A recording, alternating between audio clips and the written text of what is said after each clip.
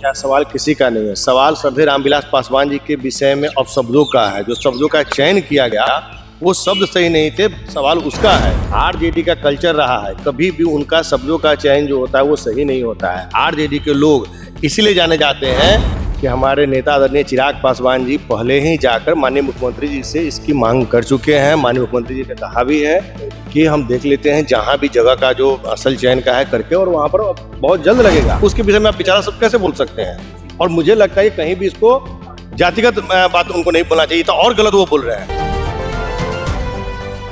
आप लोग माफी मांगने की बात कर रहे हैं, लेकिन कुमार सर्वजीत ने कहा है कि ब्राह्मण नहीं चाहता है रामविलास पासवान की मूर्ति लगे परिसर में, और ये पासवान का बेटा झुकेगा नहीं।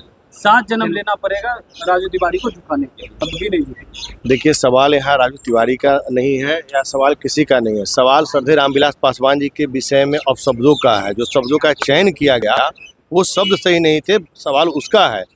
कोई भी विधायक दल के नेता अपने पार्टी के श्रद्धेय रामविलास पासवान जी जो हमारे पार्टी के संस्थापक रहे हैं उनके संदर्भ में बोल रहे हैं, तो मुझे नहीं लगता है कि इसमें राजू तिवारी और जातिवाद की शब्दों का चयन कि ब्राह्मण का तो पासवान का, इसमें शब्दों का चयन देखिए आरजेडी का कल्चर रहा है, कभी भी उनका शब्दों का चयन जो होता है वो सही नहीं होता है। आरजेडी के लोग इसीलिए जाने जाते हैं कि कुछ भी बोलना है और शब्द में गलत ही बोलना है।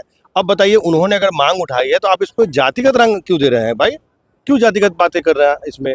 वो पार्टी के विधायक दल के नेता हैं, पार्टी के प्रदेश के अध्यक्ष हैं, तो वो अपनी बातों को अगर सदन में रख रहे हैं तो आप उसको जातिगत चीज से जोड़ कर देख रहे हैं। ये तो कहीं से उचित नहीं है। कह रहे हम मूर्ति लगाने की मांग की थी, लेकिन ये ब्राह्मणवाद वाले लोग नहीं चाहते रामविलास की मूर्ति लगे। उनको बोलिए कि हमारे नेता आदरणीय चिराग पासवान जी पहले ही जाकर माननीय मुख्यमंत्री जी से इसकी मांग कर चुके हैं। माननीय मुख्यमंत्री जी ने कहा भी है कि हम देख लेते हैं जहां भी जगह का जो असल चयन का है करके, और वहां पर बहुत जल्द लगेगा।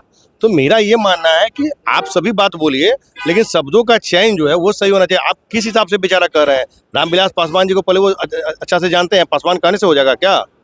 सिर्फ अपने आप को पासवान बताने से हो जाएगा क्या? रामविलास पासवान जी के ऊपर में आप बेचारा सबका कैसे आप बोल सकते हैं? जो आज जितना इनका राजनीतिक करियर है उससे कई गुना उनका राजनीतिक करियर है।